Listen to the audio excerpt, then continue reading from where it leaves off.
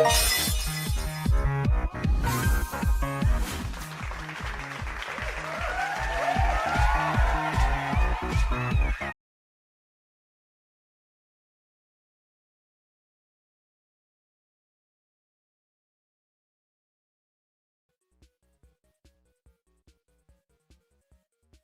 be the MCs for today's session. So thank you everyone for joining us today. And also for this session today, we have Miss Najihah with us here today, and she's going to teach video editing, and hope you guys can learn lots of her things from today's workshop.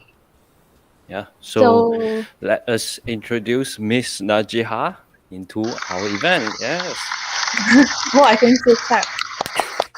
Thank you so much. Thank you so much. Let me just share my screen. Thank you so much. Not really early, it's like 10 already, but I'm really glad to have you guys already here and also joining this session, which is like a short workshop, like a 1 hour kind of workshop with me. So we're gonna learn about the quick start in Premiere Pro. It's gonna be like a really, I try to, there's Premiere Pro is like a huge and also a long life learning kind of software, but I will try to sum it up in a short time, which is in 1 hour. But before we start our session, I would like to check on few things, such as if you guys going to follow through this session, have you guys downloaded any of the exercises file that I shared inside of the classroom? Just to check on that, just to see if you guys already inside here. So this Google Classroom thing we have posted in Discord, so you guys can check out the link and go join the classroom. The material to be inside there. Yes. So I can see there's like 10 people inside. So I'm not sure how many of you actually joining the session right now. So if you guys have not joined or like enter the Google Classroom, I will advise to you to enter the classroom, because I already shared the exercises file inside of this classroom. So inside of this exercises file, you guys able to get access to some of the projects, music, interviews, images, B-roll. This is all like a sample videos, and then we're just gonna use it for our demo today. So if you guys already have and downloaded Premiere Pro inside of your PC, inside of your laptop, you guys are welcome to follow through the session today. For example, if you guys have not downloaded any of the software yet, then I think it's fine. You guys feel free to just sit and then lay back and then just watch or join the session. So for Premiere Pro, if you guys want to know, like want to get, I think our organizer already like send you guys the link to the Premiere Pro where you guys can download it. I'm just going to just like briefly explain a bit about Premiere Pro before we jump right away start into the session or learning. But of course, make sure you guys already download the Premiere Pro like inside of your PC or laptop. That's one thing. But wait, I think I need to introduce myself first, right? I kind of like skip that part. Sorry, Yeah. guys. It's okay. I just like right away jump into like technical stuff. It's like all of these requirements. Okay, hi. My name is Najihah Najlaa. You guys can call me Naj or Miss Naj. I think I prefer be called as Naj or Miss. I'm Adobe Certified Expert and also an instructor. I've been teaching Adobe in multidisciplinary software, not just in Premiere Pro, but I think my forte or my strength will be in video editing. I myself a videographer, photographer. I have my own company where I do my freelancing. I'm content creator. I do my work for clients. You guys can check my work in my website. I will give you guys later. I don't know. I'm just going to open it. And also, you guys can also find me on my socials. Like I'm really active on Instagram and also my Twitter. But I think both are really active. Yeah, I can say that. And also, I also quite active. I also one of the streamers in Behance. So if you guys familiar with Behance, then I think if you guys like creative people, creative students, you guys will know about Behance and will aware of this one. I'm also, and if you guys notice in Behance, we also have a live stream features where you guys can tune in into most of the really amazing or featured artists in the live stream. And also one of the people who got the chance or offered by Adobe to do live stream on Behance. So technically the only Malaysian and I think Asian that out of like few people that can do live stream on Behance. So you guys can check on my profile on my Behance as well to watch all of my live stream where I did tutorials, like I teach you on how to edit videos in Premiere Pro, edit photo retouching in Photoshop, and some other stuff.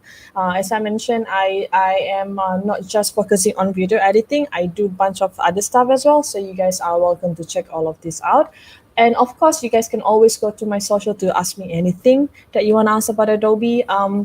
Just to be clear, I do not work for Adobe. It's not like I'm one of their staff.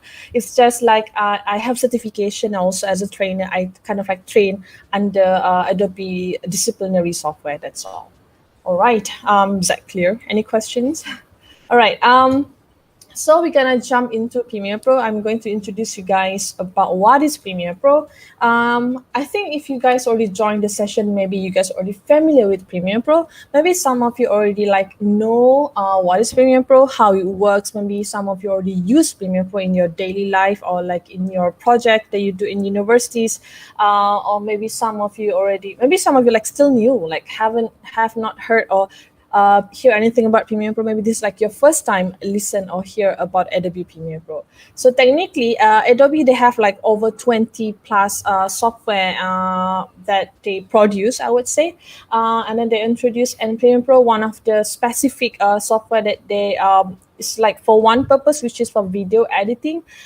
Before this, they call it Adobe Premiere, and then I think they introduced this one in 2003, I think, and then they keep on rebrand or renew it into Premiere Pro CC.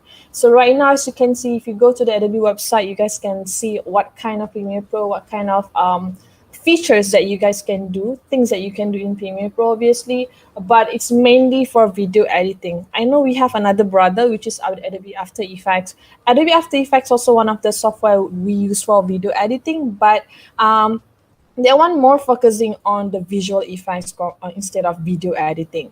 But it will always like good for you to guys just like combine all of these two software and then use these two, and it's gonna give you more or better effects or like better output in video editing.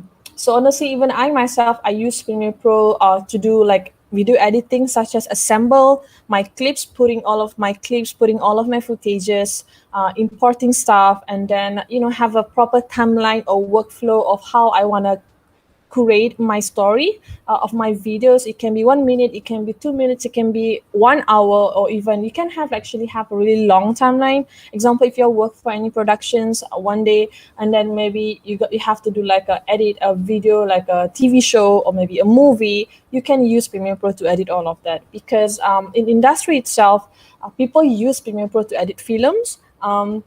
People used Premiere Pro to edit commercials. So technically, Premiere Pro is one of the we call a non-linear editing software.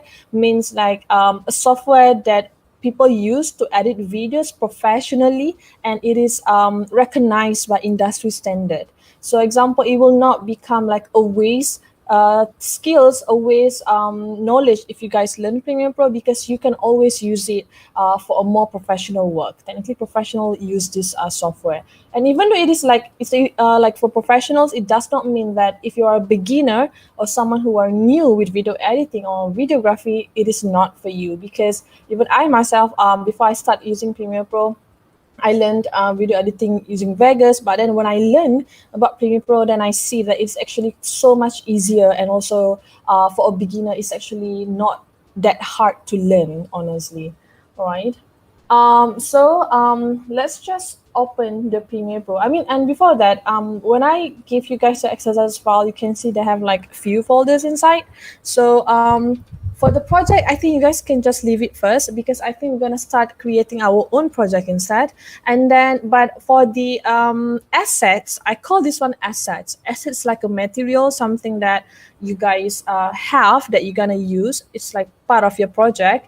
So music is part of the assets, interview shots is part of the assets, images part of the assets, and also B-roll. Do you guys familiar with B-roll? We have B-roll, we have A-roll. If you guys like familiar with videography term, you guys should be like familiar with these terms, B-roll and A-roll. A-roll is like example while you guys are watching me, this is like A-roll. Example, if you're recording my session right now, I'm talking to you, and this camera that coming right away from here is considered as A-roll. And then B-roll is something like an insert shot. Insert shot as in example, if I'm talking about Premiere Pro, and then you guys can see maybe a video about Premiere Pro and all of this. So this one is considered as B-roll. It's like an insert shot for you to establish the content. It's like insert shot for you. When I say this, then you guys can see the visual about what I'm saying. So I am the A-roll. The visual that I'm showing is a B-roll, in case you guys like wondering what's the difference. All right.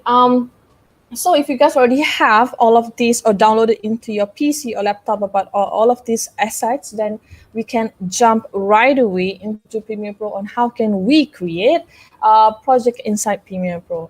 All right. Yes. Okay. So as you can see, whenever you download Premiere Pro, of course, when you download Premiere Pro from the Adobe software, you have to download or install Premiere Pro from the Adobe Creative Cloud.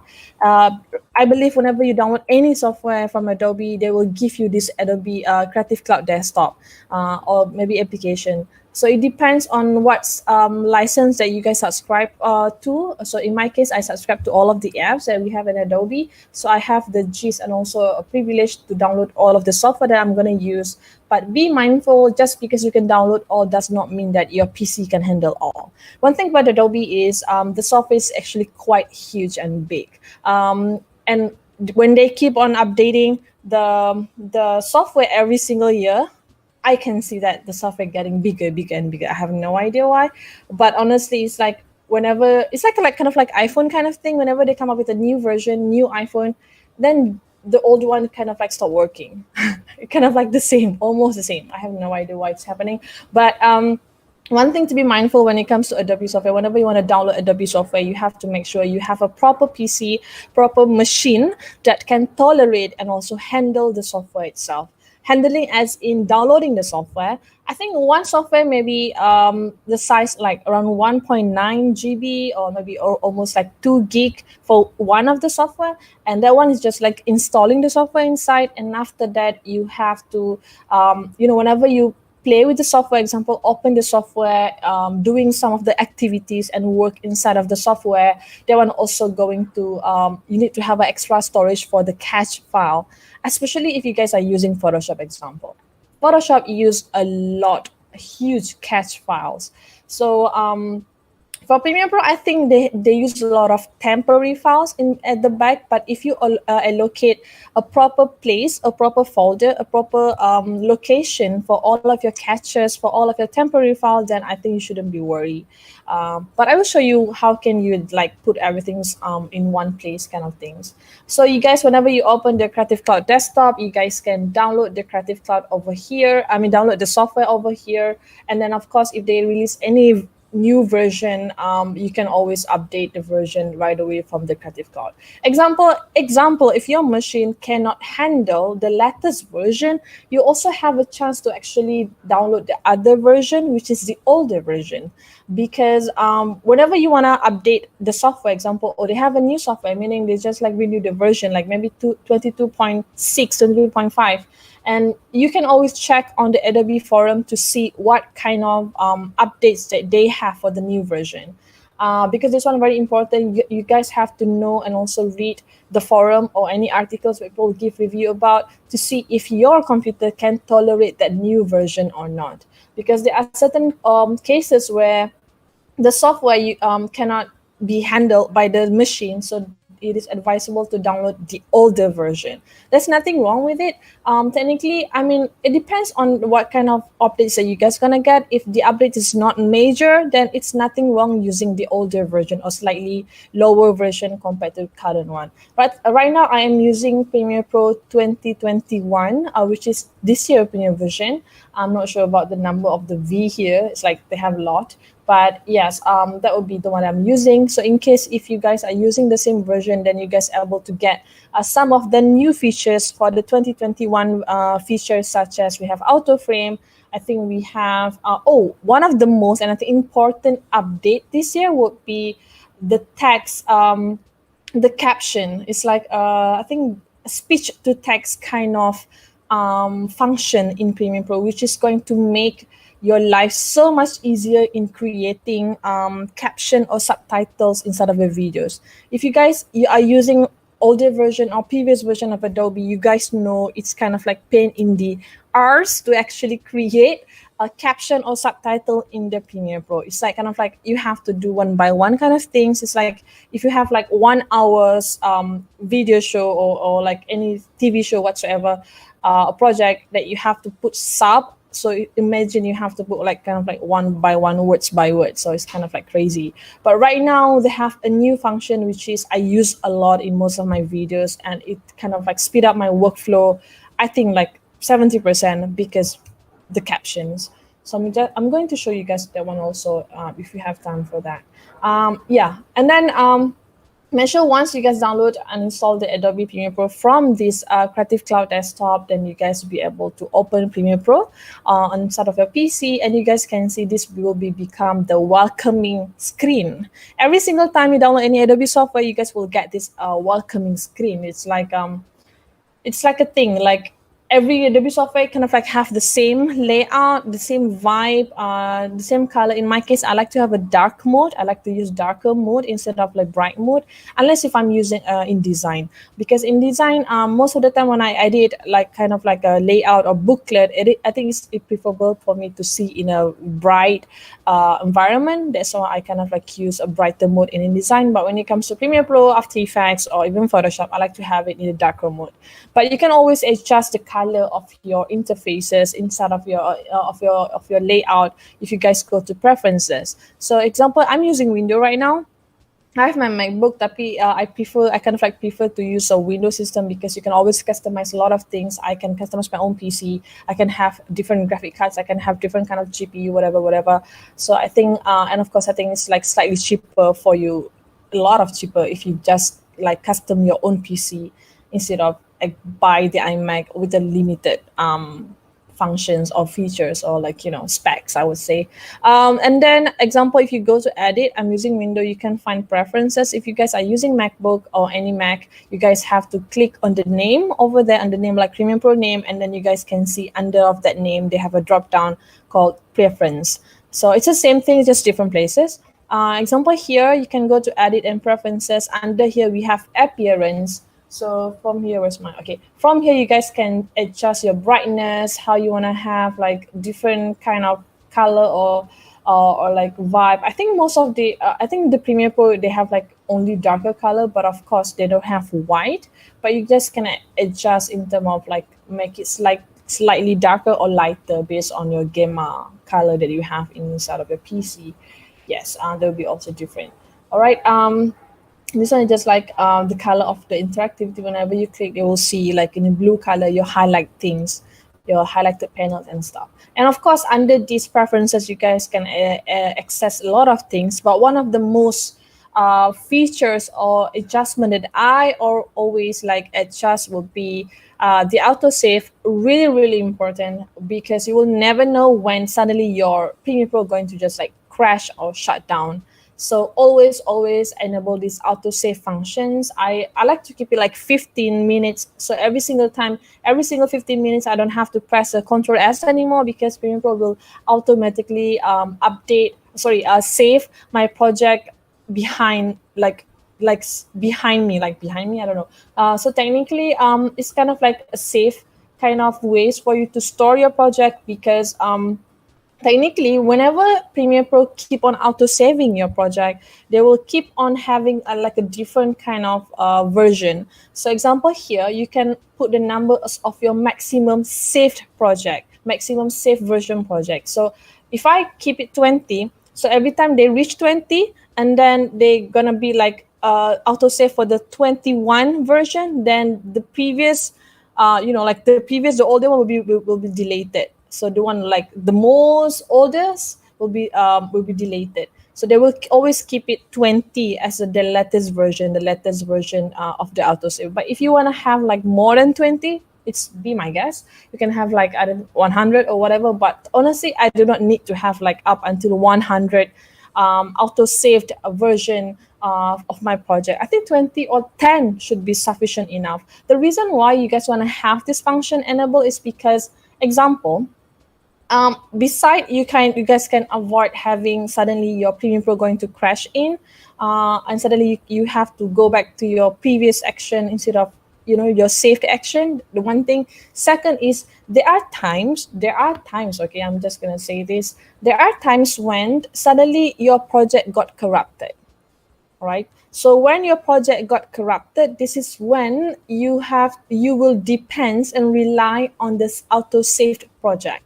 So example, if I am working on this one project right now, and then suddenly maybe my computer stopped responding, for example, and then I shut down my Premiere Pro, and I try to open back my Premiere Pro, and then suddenly it say, oh, we cannot open or we cannot recover your project because it was corrupted.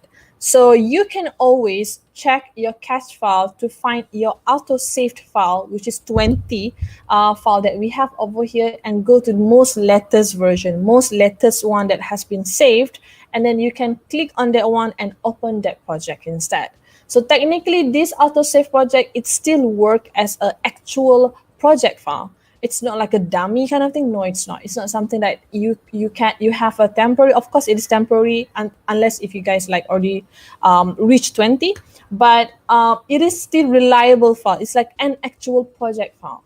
So example, your master project file got corrupted, you can always depend on the most saved project file inside of the auto save function. So that's why this is like a lifesaver, I would say. Not just saving, keep on saving it every single 15 minutes, but also it's going to save in case you have any corrupted project. My life depends on this one a lot. But of course, when you want to do all of this, you have to make sure you know where you save your auto saved. All right. There's no point if you do like 100 or whatsoever, but you don't know where you save this file. Then you cannot even locate the files anymore. So yeah.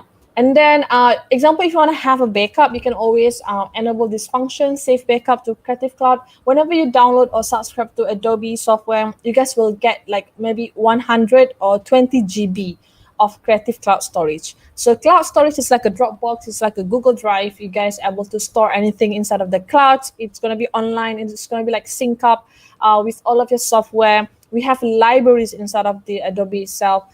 So technically, whenever you download any Adobe software, you guys will get like your own Adobe ID. So your own Adobe ID will become like your profile, and then you guys can store libraries inside of your profile. So instead of like you carry hard drive around, it is always advisable for you to just like store all of your assets, important assets that you're going to use a lot inside of the libraries, because you guys can always get access to it without bringing anything physical to just like, plug in and transfer.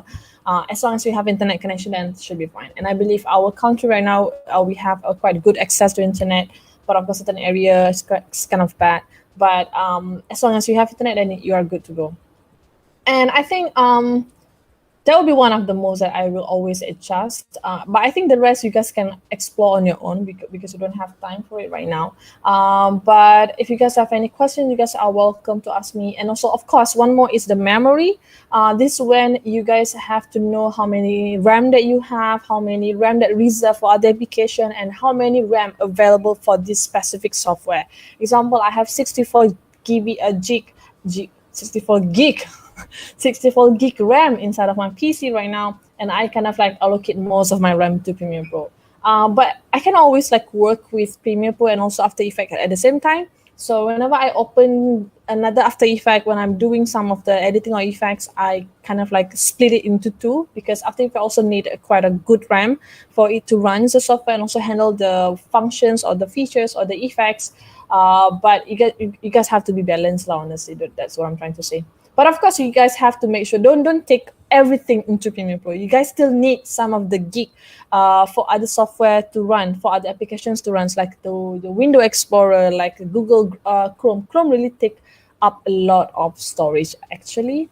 So when you want to do like a major work, you're going to open a big software, try not to open a lot of Chrome punya tab. There's a lot of time when I open Chrome punya tab and then I working on something huge, and then it becomes like not responding and stuff, because Google Chrome memang it takes up a lot of storage dan juga RAM for it to run at the back, because it's like always gonna be there until you close the tab. So keep it in mind lah, that one. An example, when I'm doing a live stream on Behance, I have another software, which is my OBS, that runs the live streaming for me, which is also considered as a huge software. And then when I'm opening and doing editing in Premiere Pro, also one of the huge software, I kind of like make sure that I do not take up all of the gig or RAM for Premiere Pro only, so that that one can run smoothly, right? And then I think the rest shouldn't be a problem. You guys can always, oh, this one is a media cache, also a place where you guys can see where is your cache folders. And normally these cache folders can sometimes take up like 20 gig if you do not like clean it up. So make sure, example, if you have a limited storage, you can always go to this cache folder and clean it up, or like you can delete or remove any media cache folder that you do not use. Technically, the cache folder is like a temporary file that going to store that what kind of file that they store, data that they store, is like a kind of like any activities, any actions that you did. Example, or if I like import 100 clips inside of my Premiere Pro, right? If I importing that, then every time, like, so 100 clips will be registered under my cache folder, meaning this one already be imported inside. So the next time I open Premiere Pro, it will not take up so much time for it to load that 100 clips anymore, because your cache folder already registered or captured that activity, that action once. So the next time you open back your project, it become faster. It's like compared to your first time loading that or importing that footages. So that's one of the example how the cache files works. It's kind of like register your previous actions, so that when you're going to continue or resume your work, it will not take so much time for it to like call back or register back that action again. So example, if you don't have time, or you always like not remember on how, like don't have any weekly or monthly cleanup, you can always set like every single 60 days, then the Premiere Pro going to clean your cache file automatically. Honestly, I have these functions on because I don't really store any project for that long. Example, if I have my ongoing project, it's not going to be like kind of like 3 months kind of work. Normally it's like 1 month or almost maybe like 2 months kind of work. But I always kind of like archive my work in one specific folder, so I know everything will be inside there instead of everywhere. But if you like deleting the cache folder, it's not like your project will be interrupted. It's not like maybe, oh, my clips got missing. It's not the case. You just have to take whenever you open back the project, it will take a little bit time for it to import. Like, it's not importing, it's like to have all of your thumbnail back, something like that. It's just like take some time to load, that's all. But it will not be affecting the project at all if you delete the cache folder. All right. So I think for the question and Q&A session, we will have it at the end of the session. So I think you guys can ask any questions if you guys have any, and they will like filter the questions for you, for me, and then I will answer it later, okay? All right, so and then that will be the preferences. And I know some of people, they don't really go to preferences, and to them it's not important to know all of this, but it's actually preferences very important. Any software, not just Premiere Pro, you have to know where the preferences is located. You have to know what kind of adjustment that you can do, because the preferences control how the software behave. The preferences control how the Premiere Pro behave. How you want it to behave, you can do it under preferences. And if something wrong, not with the project, something not right with the whole, with the software itself, you can always find it under preferences, because this is where the settings all are, okay? So if you look inside of my welcoming screen, you can see I have few buttons here. We have new project, open project, and also down there I have my recent project. So some of these projects are already created. I did like few I think I have like my recent project like nine hours ago. I have like few days project over here. So I also have more than that lah, honestly. But you can always try to filter and find your recent project if you have more than 5 over here and you want to find it. All right. And then if you go to under learn button over here, they have already like built-in tutorials for you, like hands-on tutorials, which is like already built in inside of this Premiere Pro. So I believe, example, whatever that I'm gonna touch, I'm gonna teach later on, also part of this tutorial. So you guys can always refer to this one later on if you guys cannot remember the steps. I think it's gonna be like very simple steps. But if you guys want to know more, like get to know more tutorials, you guys can always browsing the tutorials from the Adobe website. You can see here tutorials on the web means like it will open not inside of the software, but it will open inside of the Adobe website itself, right? Right, so I'm just gonna jump right away into creating the new project. So over here, creating the new project is very, very, very, very, very important. Some people, they just like, okay, just create a new project. Just they thought like editing is the most important part. Technically, editing is just like it's important, but the most important part for me is about setting up your project. If you set up your project wrongly, if you do not understand how you set up your project, then you will not understand how your project going to behave. Then you will get problems such as, why suddenly my timeline like this, why suddenly my clips like this, why suddenly when I upload it becomes like this. Then you will have a lot of like a questionable scenario because you do not understand how you set up your project. So it's very, very important to know how you set up your project. So example here, of course, you can rename your project. Example, if I rename it as project number 1, and then down there you have to know where you're going to locate or save your project. Honestly, my bad. Oh, I hate Windows. And then should I like, okay. And then you can see here, and then this is where you guys can locate your project if you want to locate it anywhere. So I'm just going to put it inside of my project here. I have another screen if you guys are wondering when I'm looking at this side. Um, first the name of the project, and second the location of the project, and then general. Okay, these 3 things also very important, but most of the time you just going to be focusing on these 2 tabs, general tabs, and also scratch this tab. So for the general tab, you guys able to see the list of your GPU, your graphic cards. So video rendering and playback is actually the GPU, meaning one thing about videography is whenever you want to buy machine for videography purposes, video editing, anything that related to video, it is always advisable to check on the GPU specification, because GPU will plays a lot of influence, a lot of, yeah, I would say that when you edit videos. Good GPU, then you will have a better rendering and also better video edit workflow lah, honestly, if you have a good GPU.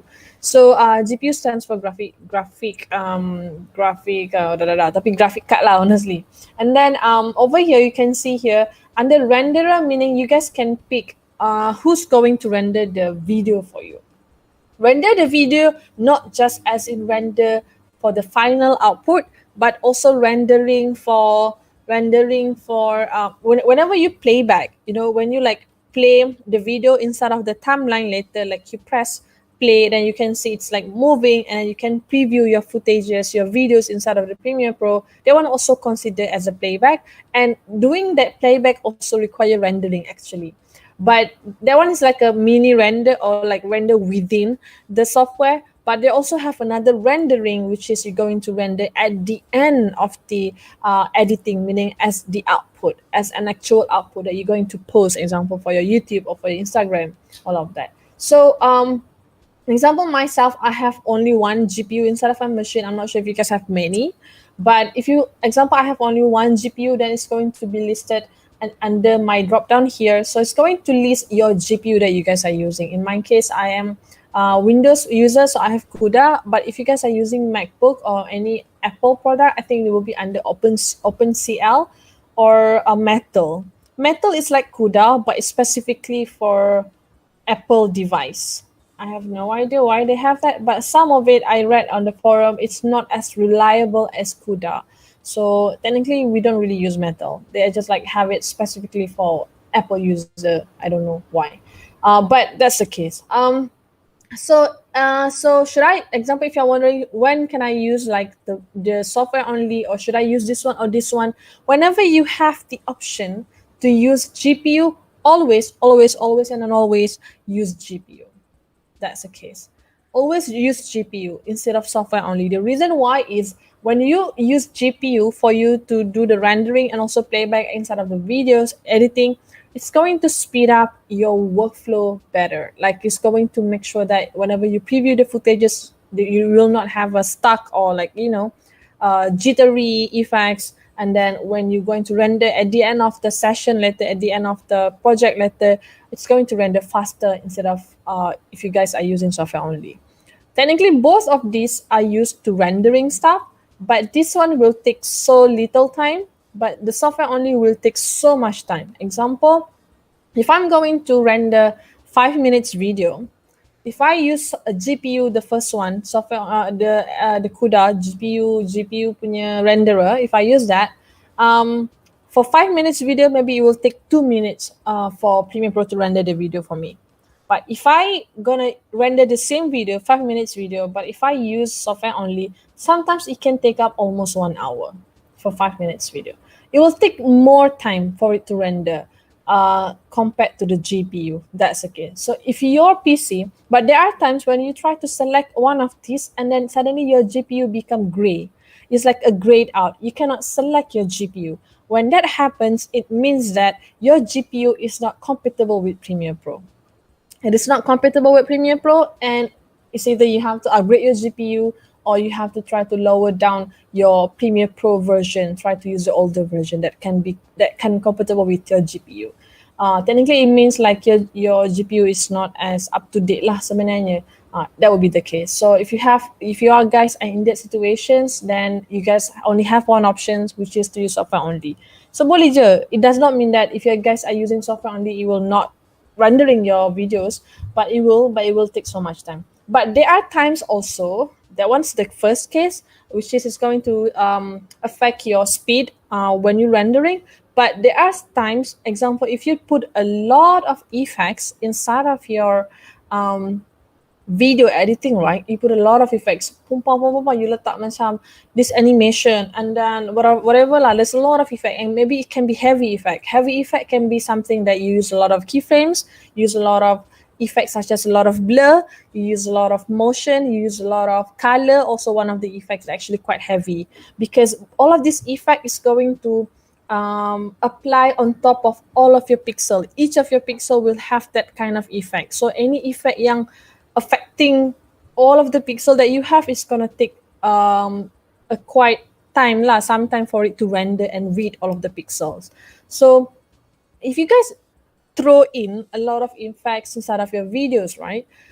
Then, example, if you guys are using GPU to render it for you, there are times suddenly your rendering will stuck. Dia akan kata, they will give you like a warning or say that error. They will say something error, the video cannot render because this frame, okay, when I say the words frame, you have to understand one thing. Video is actually made of a lot of still frames. Example, photography, you take one frame. You take one shot, meaning you have one photograph, which is considered as one frame.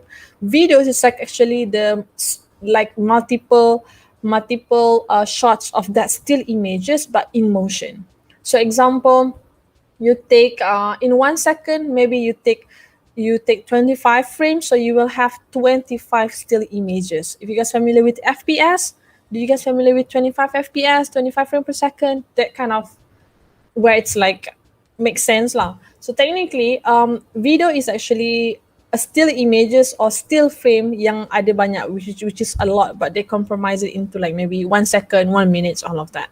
So technically, that frame, whenever you move, when you have an error, when you try to down or try to error trying to render the videos, they will tell you like, oh, the error happened at this frame, meaning at this specific timing, at this specific, on top of this specific footage. So you know which footage that use a lot of effects.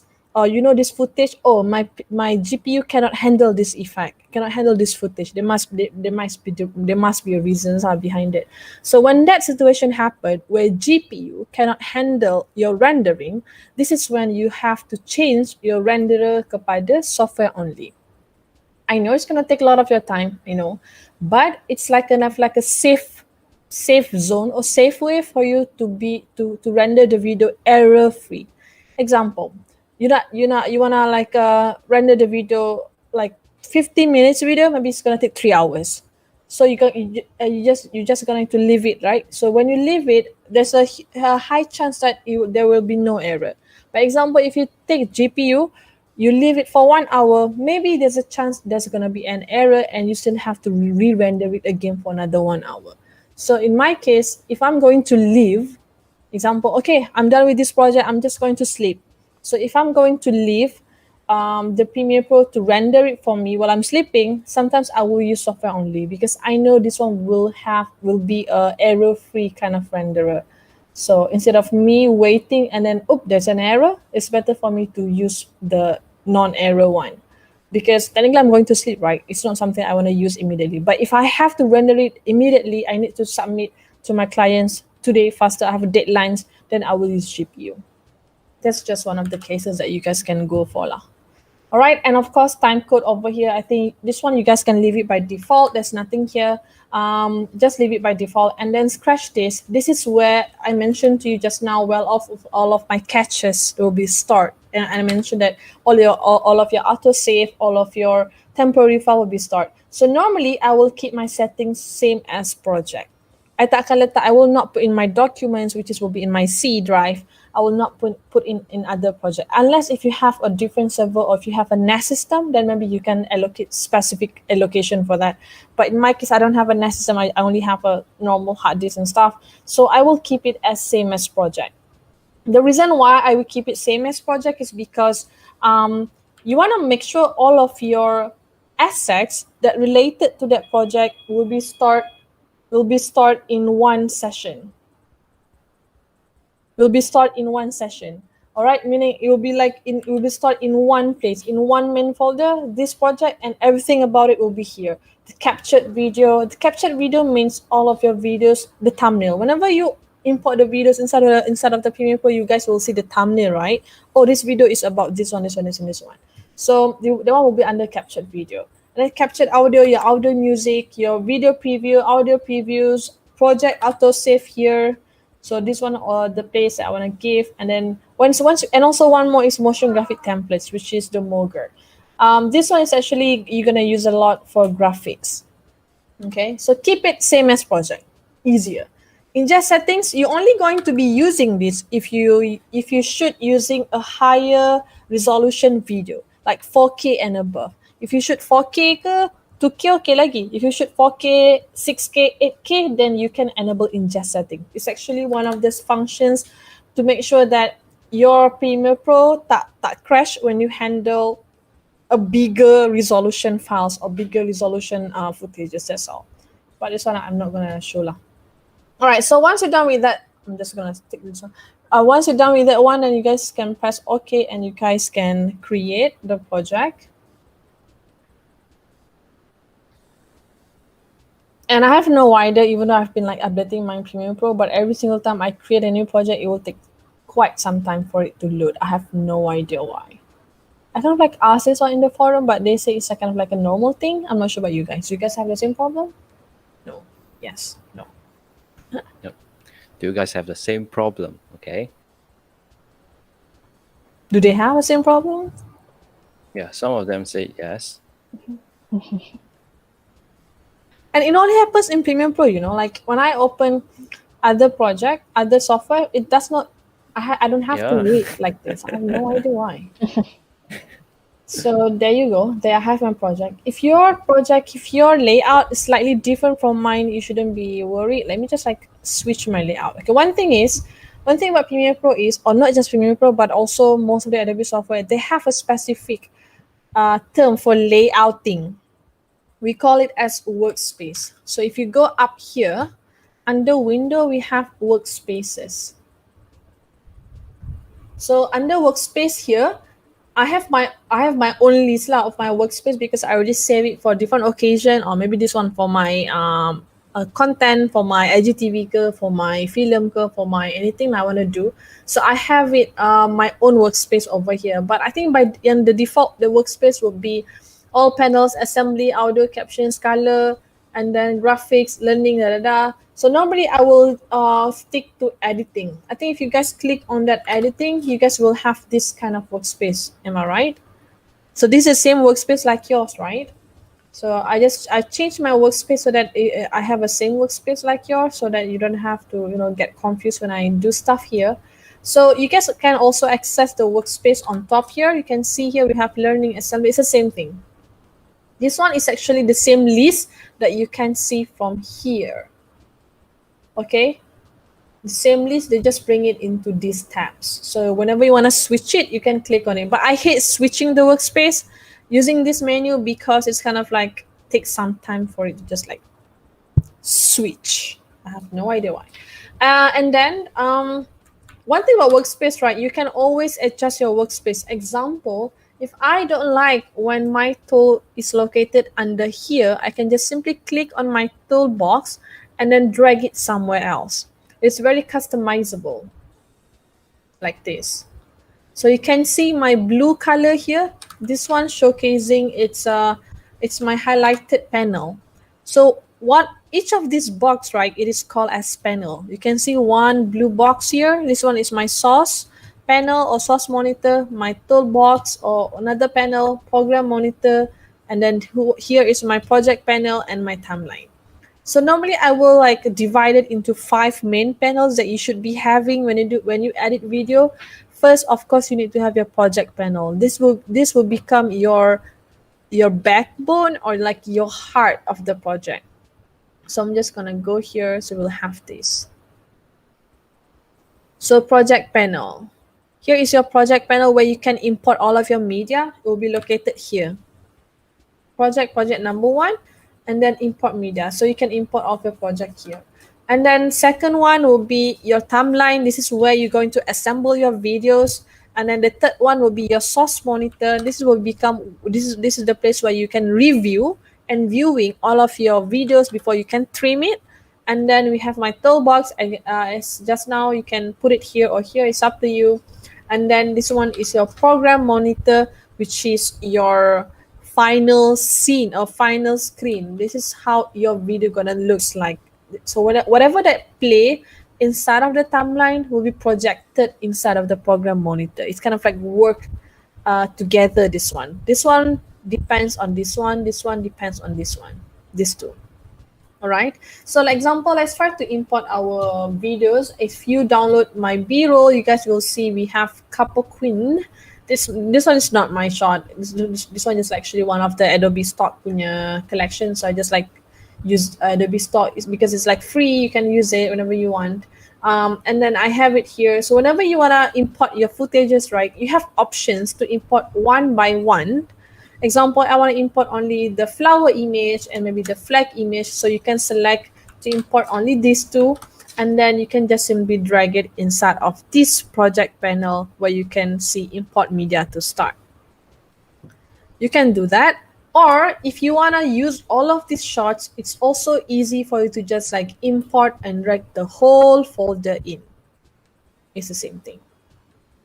You can see Premiere Pro is okay already importing. And sometimes when you import a lot or a huge of clips or footages, you will see like a blue lines over here on the right side. But right now, because this footage is very small and also just like 15 footages, you can see a blue lines here, and after it finish, and then it will keep on like a loading, like a blue loading bar over here. That one indicating importing activities happening.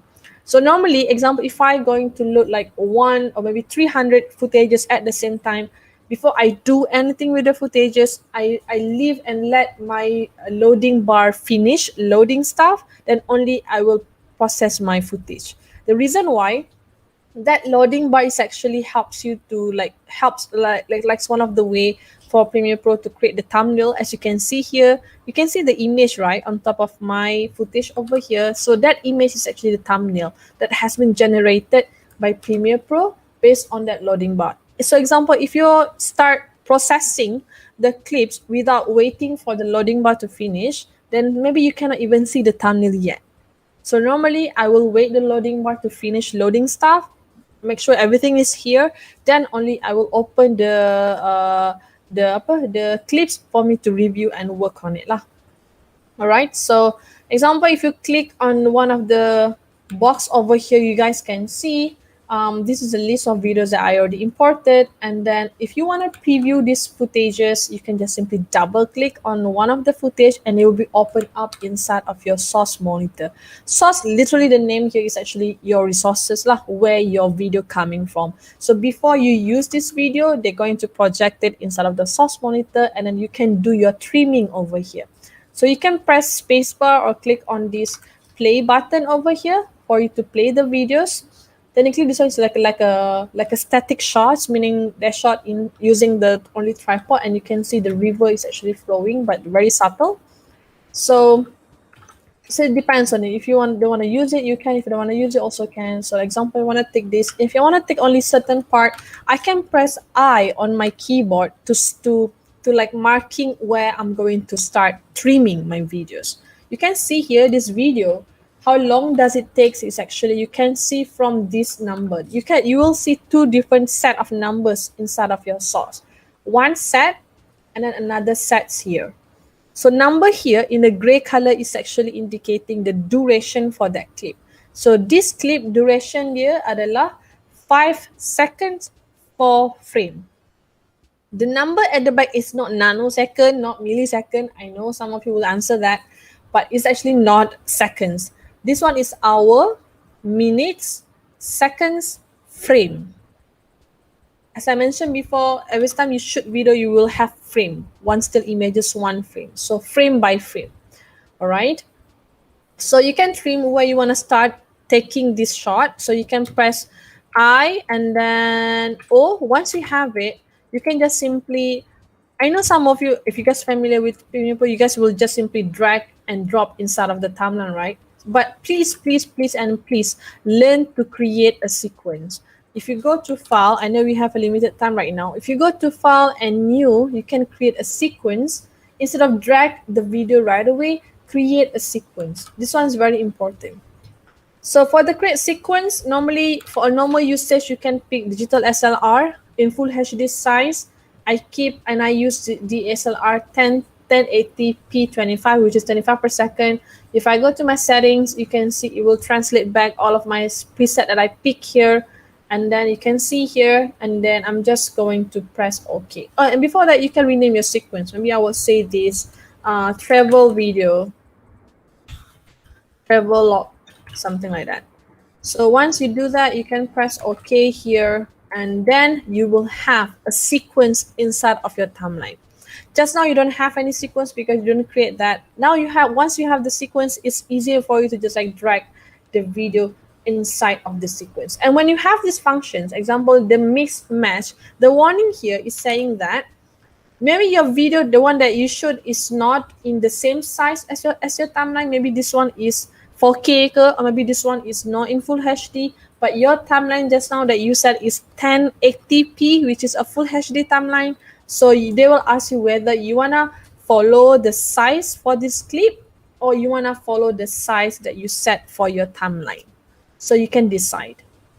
If you keep existing settings, meaning you make sure that your timeline maintain in full HD, so the clip going to fit according to this size. So example, if I take that, then you can see it will fit nicely here, over there. Right, and then you can browse a different shots. You do your I and O. The faster way for you to do, instead of drag and drop, you can press comma on your keyboard for you to insert the video. Was it comma or? Yeah, comma. So I go here, I do my trim, then make sure my playback is there, I press comma. So it will be insert automatically next to my previous shot, comma, like that. So you can keep on doing that.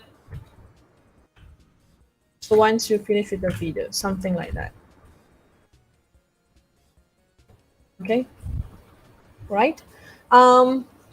So And then of course here you can import your music in case you want to add on your music. So I'm just going to open another folder, which is my media music. We have music here, so I'm just going to drag my music folder inside, so you can preview the music. It's the same thing. When you double click anything, any asset that you have in a project, then you will able to get it inside of your source. And for music, they will not have any visual, so that's why when you look at this icon, there is no visual icon, no video only, but only audio here.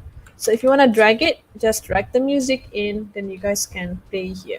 But one thing about the track, you have to be careful. They have two separated tracks. V track adalah for video tracks, A tracks are for audio tracks. Anything that audio, conversation, interview, dialogue will be under the A track. A1, 2, 3. This one is number of the track. V will be all the visual. Your images will be under video track. For example, if I'm going to load my images, click and drag in. Sorry, let me just drag here. Click and drag here. You have images, so when you drag your image on top, also they will be on top of the video track. So if you go here, as you can see, you will see this black bar, right? So this black bar, you can right click, and then you can go to scale to frame size, and then of course going to like adjust it. But if you go to set to frame size, it's going to just like extend from top to the bottom. But you can go to the effect control. Here is also important part where you can adjust the size. Adjust the size, adjust the location, position of your X and Y, up and down, all of that under these positions. All right. And you can do the same for video, not just for any images. So all of your assets that you use inside of your timeline, they already have their own effect control. So anything they want to do, positioning, sizing, rotation will be all under effect controls. And you can also find effects that you want to use. Example, if I go to effect panel, I will have a lot of functions over here. If I want to add like color, I can just simply drag the color and put on top here. So you can see the colors changing. Very simple. All of these effects, you can just click and drag, click and drag, click and drag into your videos. All right, let's just like speed up to move to the last one, which is rendering. I think it was very important. So for the render, right, you can just simply put your I and O. So where you want to render it. Example, I have like this part. I'm going to just render until this part. So you can see here, I have my I and O. I set I and O, the same thing that you can set inside resources. So when you do this, it will not be taking until here. You just like take until here when you render or save your videos. So once I have my I and O, I'm going to select all, or you can press Ctrl A to select all, and then you can go to File, and here you will have Export Media, right? File, Export Media, and then there will pop up another box for you, which is your output. And then this is where normally, if you set your sequence right way already, you don't have to worry about this thing. It will be in the right form. But if you can check on the format for MP4 format, it will be in .h264. That will be the for MP4 format. And then make sure you check this export video or audio. If it's not, then your video gonna be like it's either unavailable or your audio will be mute. And then this will be the place where you're going to download all of this video. And here, output name. When you click over here, you're able to put where you're going to save your videos. All right, so put here, you can see.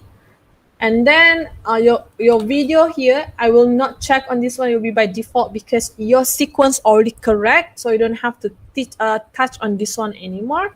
And then make sure you always check this use maximum render quality because it's going to make sure your video will be rendered in the most highest quality. And then also you can see the size estimated file of your videos in 20 MB. And this is the duration of your video, which is 16 seconds, 04 frame. All right. When you do that, you can press export over here. That's going to export the video for you. Settle. That's all. Right? Is everyone okay? Yeah. Is everyone okay? So far, there's no questions for now. about the workshops, I guess.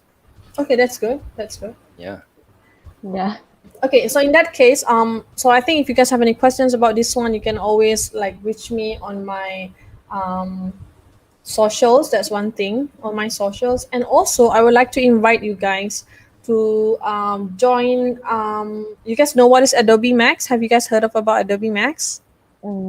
Yes, yes. Yep. Okay, so for this year Adobe Max, I also got invited as one of the speakers over there, so you guys can tune in to my session.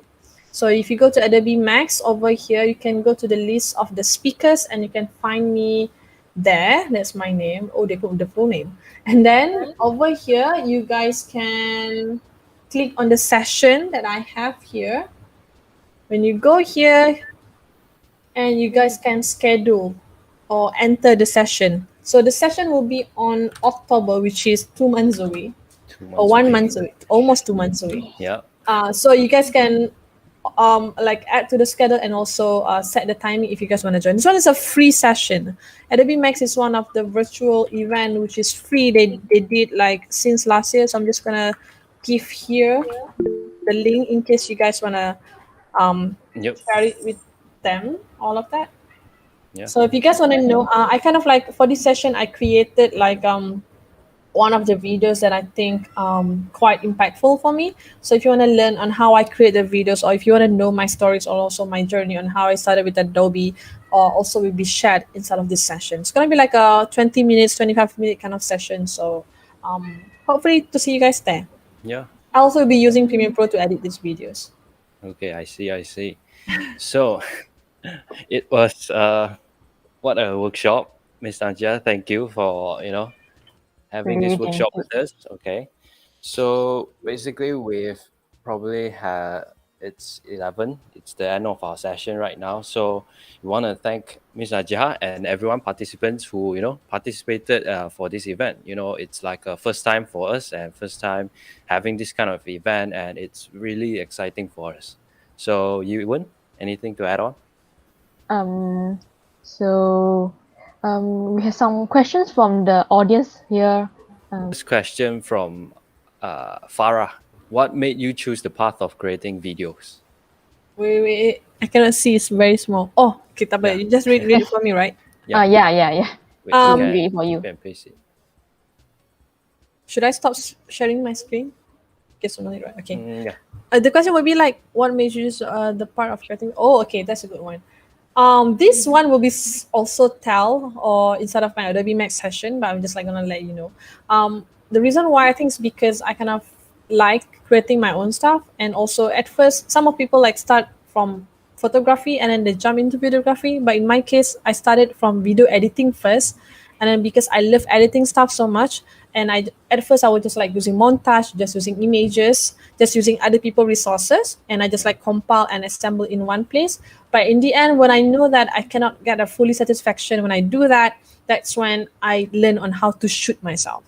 So I literally jumped from video editing, and I taught myself. Everything is self-learned. I taught myself on how to shoot videos because I want to know on how to edit my stuff on my own. And that's when from that video shooting, videography, then that's when I jump into photography. It's kind of like the other way around for most of the people. Yeah. So anyone who participated, who is scared that you cannot like learn all this stuff, you see, Miss Najihah, she's like an example. So you guys can actually just start doing this stuff, and maybe something good happens to you, and then yeah. Okay. So So we have the yeah. next question. What is the biggest technical challenge have you ever faced? How did you overcome it? Biggest technical challenge, I think would be okay. It's kind of a frustrating example if you wanna achieve a specific effects when you do editing in videos, right? And there's like limitations in every software. They have limitations. Example, limitations in Premiere Pro. Maybe there are certain visual effects, certain motion that you cannot do in Premiere Pro, or maybe you can, but you cannot get the best result out of it. So that's when you have to a complement from another software like After Effects. So sometimes when you do that in After Effects, Adobe software, they are like kind of like a brothers, so you can always import and also export from one another.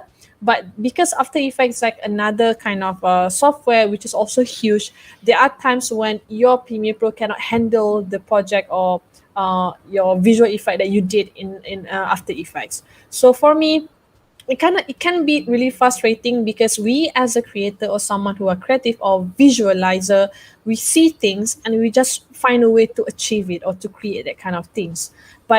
If it happens because if there's a limitation and it happens because of the software, it can be very frustrating lah. So I think my challenge, the biggest one, would be when I try to do something in After Effects example, and when I try to import it into Premiere Pro, it kind of like not compatible ke, or maybe there are some glitch ke. I still cannot get a perfect effects as I imagined. That would be it. I see. No, the best challenges that we face for students, right? It's every time when it goes blue screen. So Yeah. Blue everything screen. just Okay. crashed and then bye bye. Okay, so another question from Chan.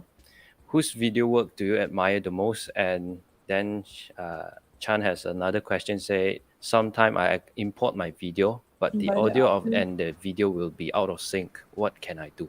Oh, So that's a good question. we'll start with a video that you admire the most. Yeah. I honestly, I'm a big fan of Arwah Yasmin Ahmad. Not just video, I love films. Honestly, when I was in university, I dreamed to be filmmakers. I want to shoot films. I also like entered few film competitions, but I think lama-lama tu, and then I grew myself to become content creator instead of creating content or small bunch of videos, because I also love like doing ad campaigns or commercial. So I really admire work daripada Arwah Yasmin Ahmad. I think her film actually tells a lot of things. And I even read her book and I feel like really inspired. When I feel down, I will keep on reading her book. I've been reading her book like I don't know how many times, just because I want to get inspired in about doing filmmaking or creating content or creating something. Because one thing about creating, right, is instead of just like, I think, I don't know about you guys, but my purpose when I create something is not for the sake of just like to impress people or just like to show it like, oh, I did this, like it's one of the best work. It's not like that. In my case, when I create things, I will show it to people or share it to people. It's more about expressing my thoughts and also about me putting a perspective out there. That's my intention. And also, if it's something good, if it's like the message of the videos is good, so I feel like it's worth to be sharing lah. That would be my purpose lah. But it depends. Everyone have their own ways or purpose of doing that. I And see. for your technical problem, I think I can show it to you. It's very easy actually. It's not that hard. Let me just share my screen again. So another question from Farah. So what do you do with all your previous projects? It would take a lot of this space, right? Like the previous projects that you did and it's being stored in your hard drive, and what do you do to take care of all of that? My previous project, you mean my autosave one or my previous work? Previous work, I guess. Your previous work. Okay. In that case, normally I will archive it. Archive mean in Premiere Pro, you can see my screen, right? In Premiere Pro, you can go to File, you can also package your project. If you go to Project Manager, down there, you can go to Project Manager. They give you a function where you guys can archive the whole thing. So example, if I finish with this project for my clients, I already delivered. So I'm going to archive the whole thing and save in one place in my archive hard drive. So when you're archiving, right, when you go under Project Manager, you get options to collect files and copy to new locations. You also like have options to exclude unused clips, include audio confirm file, include preview file, meaning if you check these options, meaning you will only package the one that you use, which is that's the functions or that's the purpose, because you are not going to save all of or simpan all of your raw files that you didn't use, right? It's going to take so much of your storage. So in my case, if I finish with the project and it has been hand over and stuff, I will package it and then only save the one that I use. So once you package all of this, right, you can see here this available here, and then original project, destination path, and then once you can calculate if you want to know how big it's gonna be. So here you can see 11 GB. You can see original project file size is 34, but the one that you use only 11 gig. So meaning you save how many, like more than half already. So you Yeah. just can simply press OK, and it's going to package the whole thing for you. And you can archive that one only. You don't have to archive the one that you have previously. So it's going to save a lot of your I time. see, So I that's what I see. do. Oh. Okay, so we have kind of need to speed run some questions. Do you wanna Yeah, I want to show to. show the thing first? So here, right, you can see this project. This one I did recently for Diana Daniel. So this shot, actually, I think this shot. Okay. So if you wait, can you hear the audio? I don't think can. Let me change into speaker.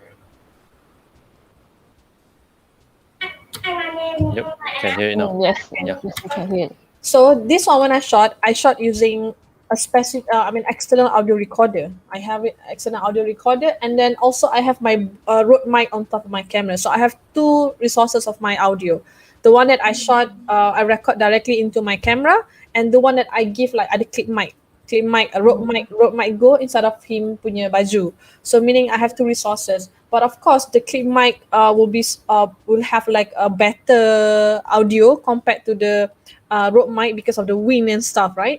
So when I import this into my project, right? So I can example here. So this is the part that I took. You can see here when I drag, I will have the audio that coming from the video itself. And then I also have another file which is dia punya audio itself. So the audio External file, audio. Okay. which is the one that I have example from my audio recorder over here, which is only the audio file. You can see it is in WAV. But of course, it depends on your recorder. If you set it into like MP3, the MP3 lah you will have.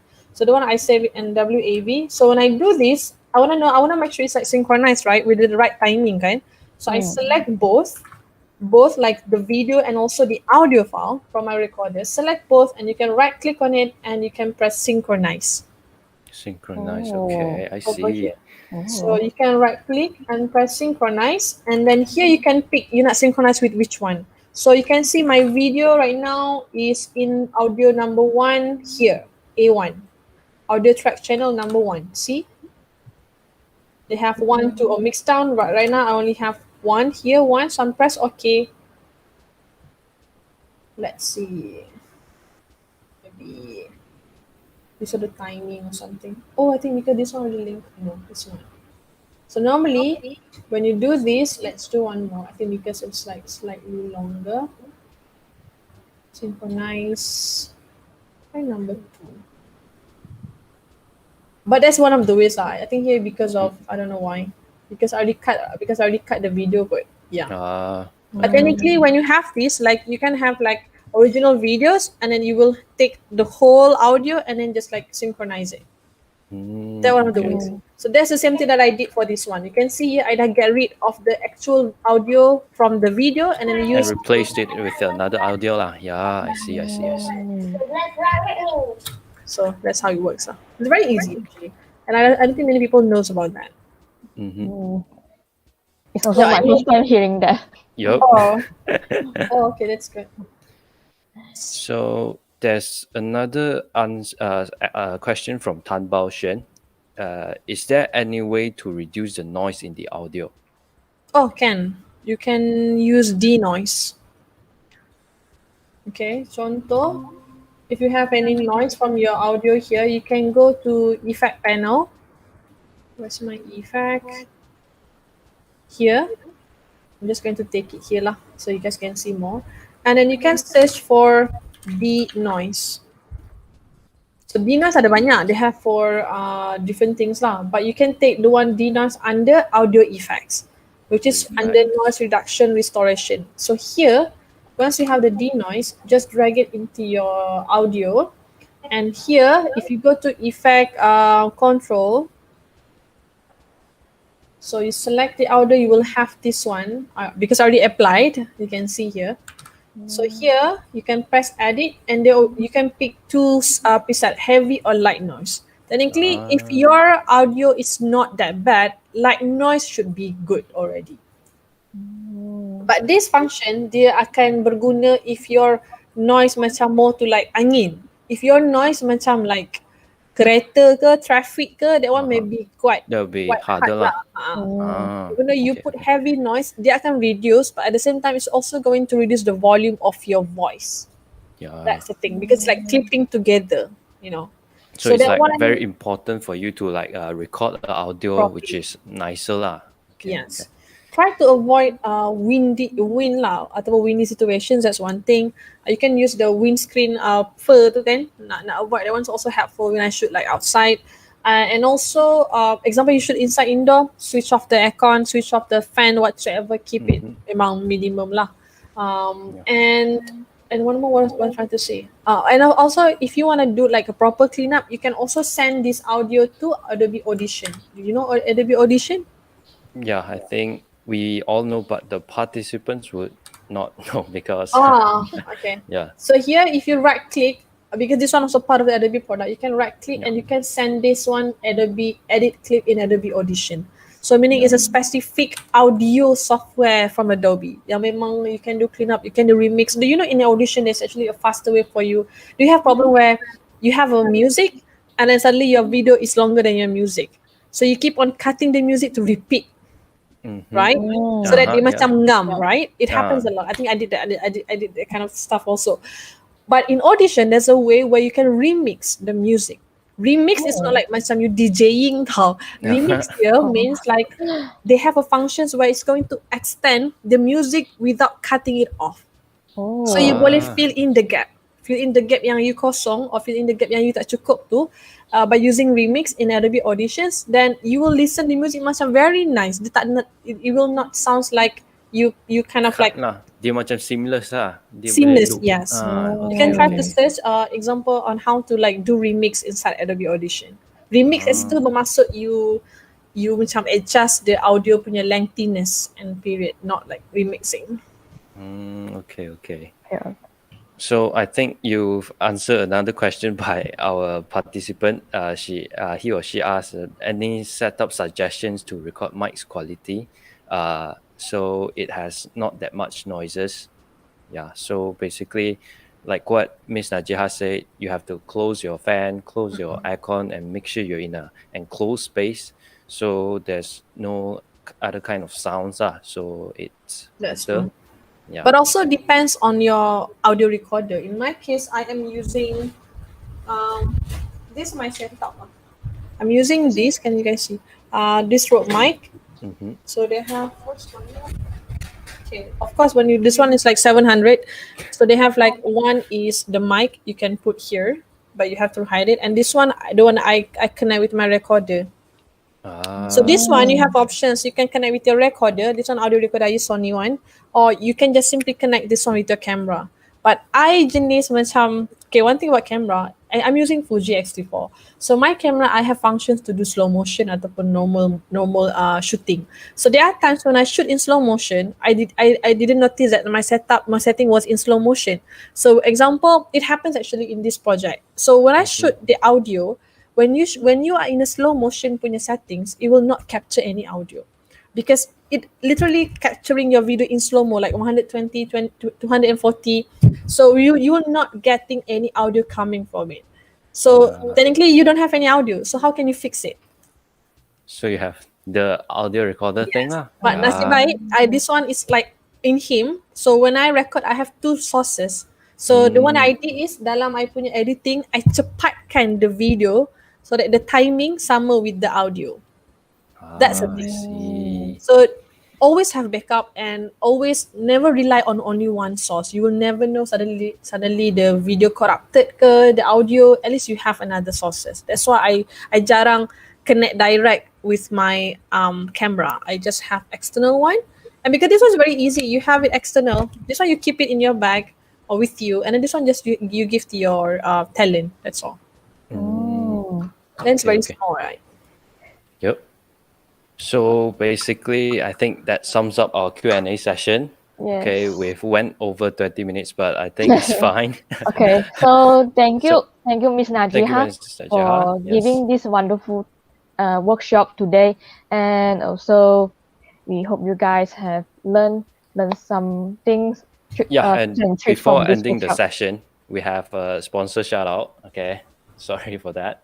Okay, so basically, can you guys see the screen that is streamed right now? Okay, so So you can okay, scan the QR code to get 30% discount on buying Outline on Lazada and also Zebra on Shopee. So you guys can scan the code and just use it yeah, to buy. just scan the QR code and you see in the voucher codes. Just apply to it and you will get 30% off from Lazada and Shopee when you buy Zebra or Outline pens from New Era. Okay, so basically that ends our session for today. So thank you, Miss Najah, and thank you Thank you, everyone who everyone. Thank participated. you. Okay, Thank you. so we will be having another session after lunch break.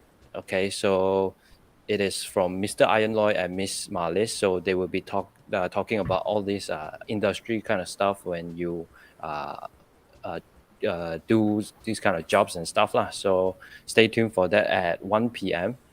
Yeah, is it 1 p.m. Ewan? Yes, yes, 1 p.m. Yeah, Yes. okay, so it's 1 p.m. Okay, so okay, thank you guys and have a nice day and see you guys Thank you, later. guys. Okay, Thank you, everyone. Bye. everyone. Thank you, Najihah. Bye. Bye. Okay, bye bye.